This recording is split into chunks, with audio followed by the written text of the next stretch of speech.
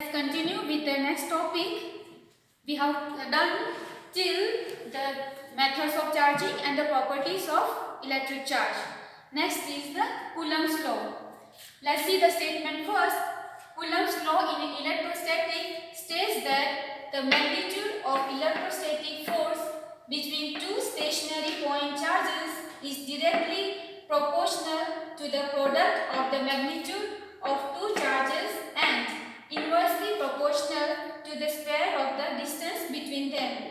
Each direction is a long line joining those two charges.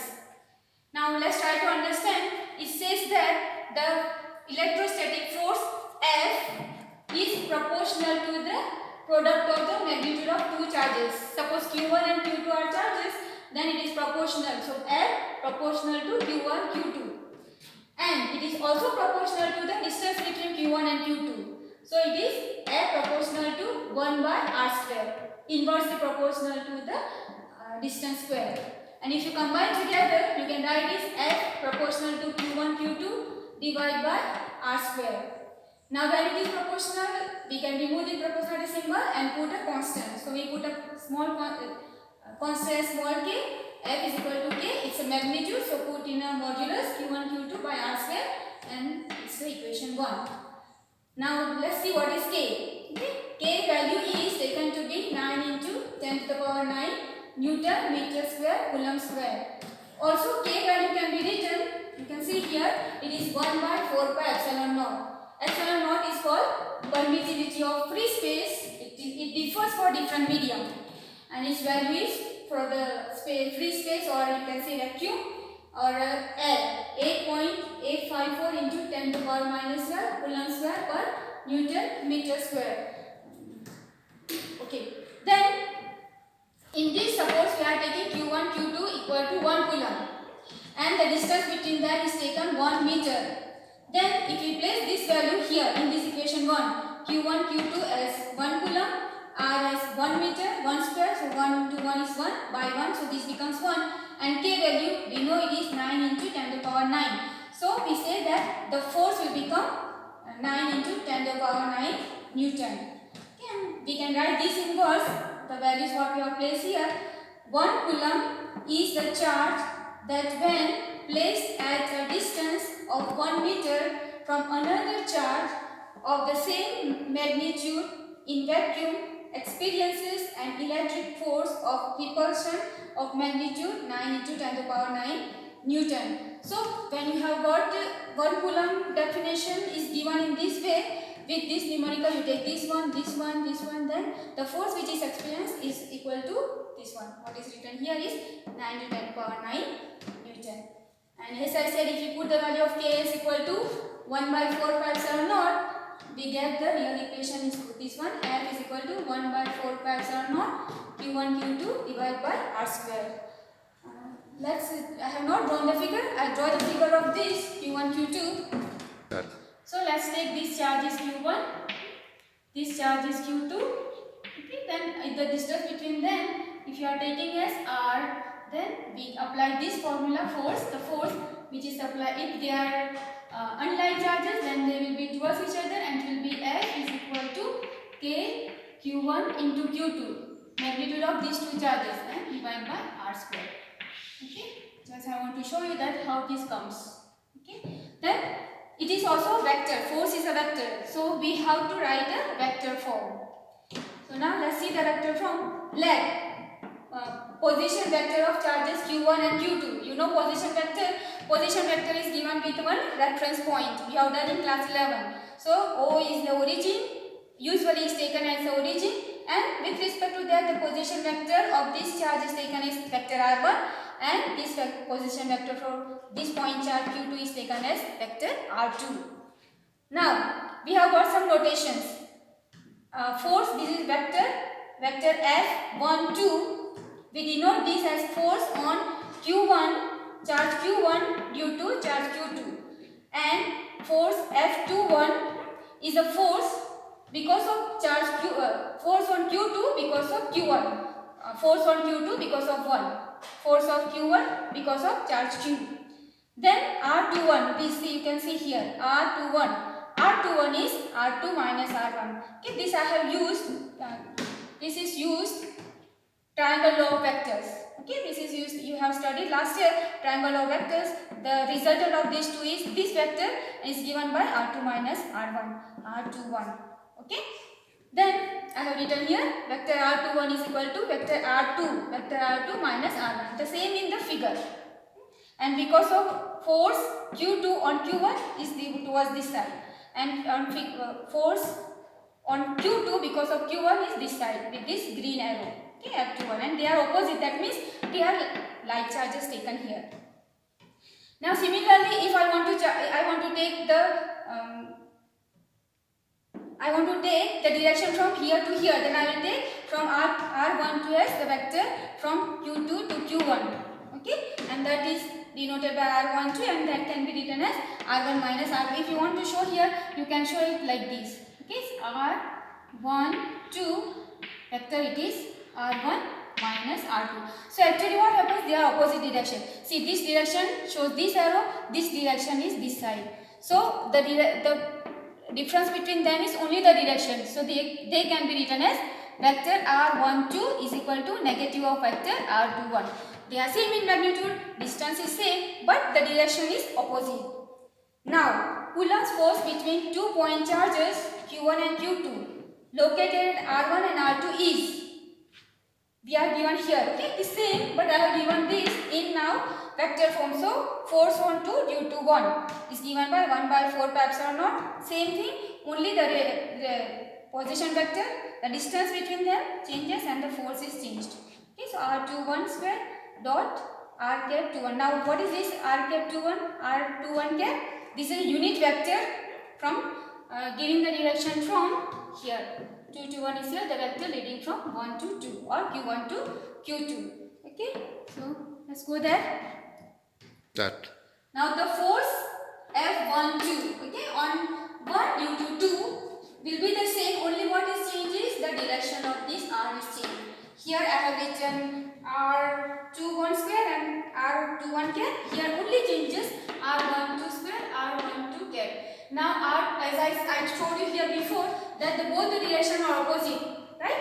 So the unit vector I am changing for R12 to R21. So I just write negative. Okay, and if I bring this negative, this will become similar to the force because on 2 because of 1. So I can show that they are same but opposite. Okay, and we know this is actually Newton's third law. Forces are equal and opposite in direction. Okay? If they are like charges, they will repel. If they are unlike charge, then they will be towards each other. Then let's see these forces between multiple charges. We have got one. I have written this first, principle of superposition, and then we will see the forces between multiple charges. So the principle is like this. You read the statement, you remember the statement, is very important. It can be also asked in the exam. The principle of superposition. The statement is such: force on any charge due to a number of other charges is the vector sum of all the forces on that charge due to the other charges taken one at a time. The individual forces are unaffected due to the presence of other charges. This is termed as principle of superposition. What does it mean that? Suppose you have got number of charges. Okay, Q1, Q2, Q3, and suppose this is Q1, Q2, Q3, Q4, and suppose you want to find what will be the charge of this. Then you have to find the charge, the force because of these, the force because of these, the force because of these, and you will do the vector sum of all these forces.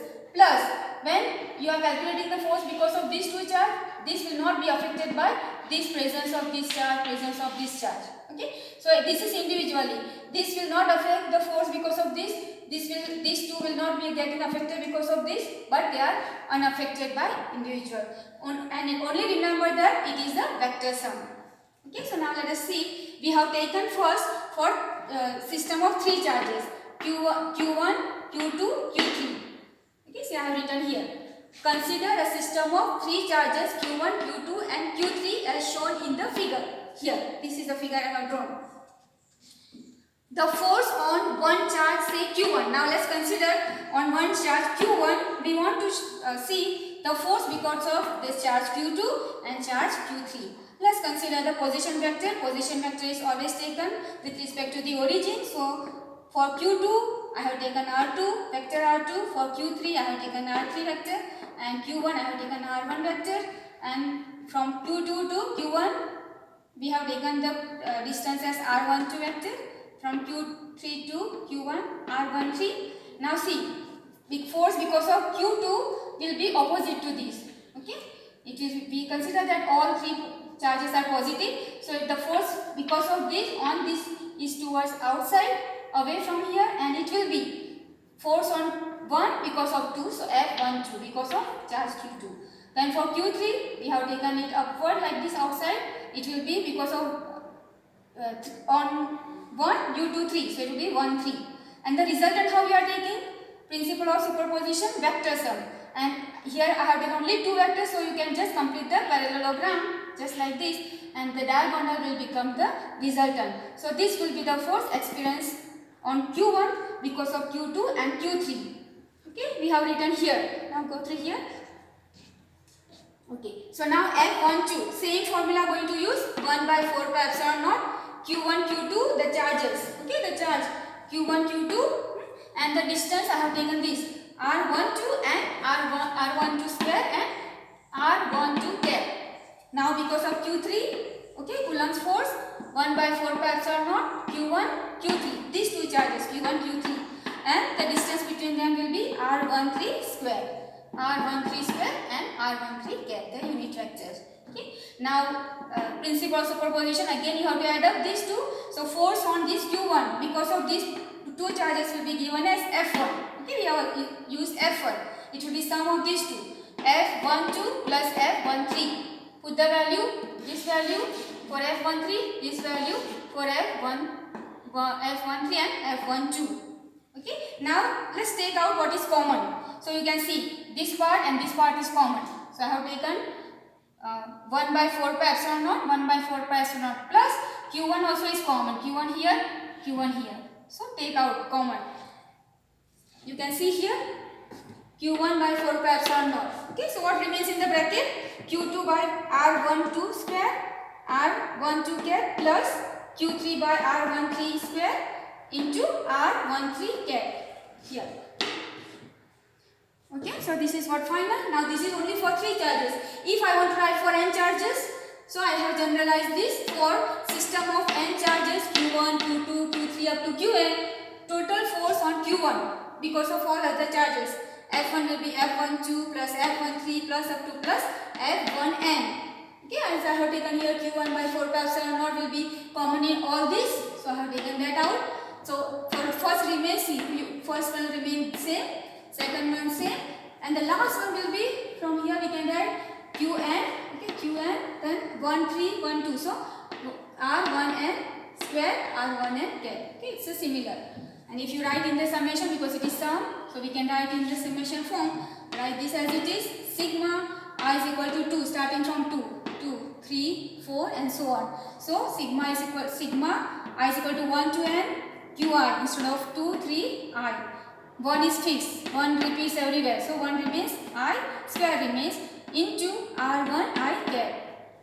Okay, so that is the force because of the multiple charges. Then I have written this one. Sometimes we have to convert. If it is microcoulomb it is given, then you can want to convert into coulomb, it will become 10 to the power minus 6 coulomb.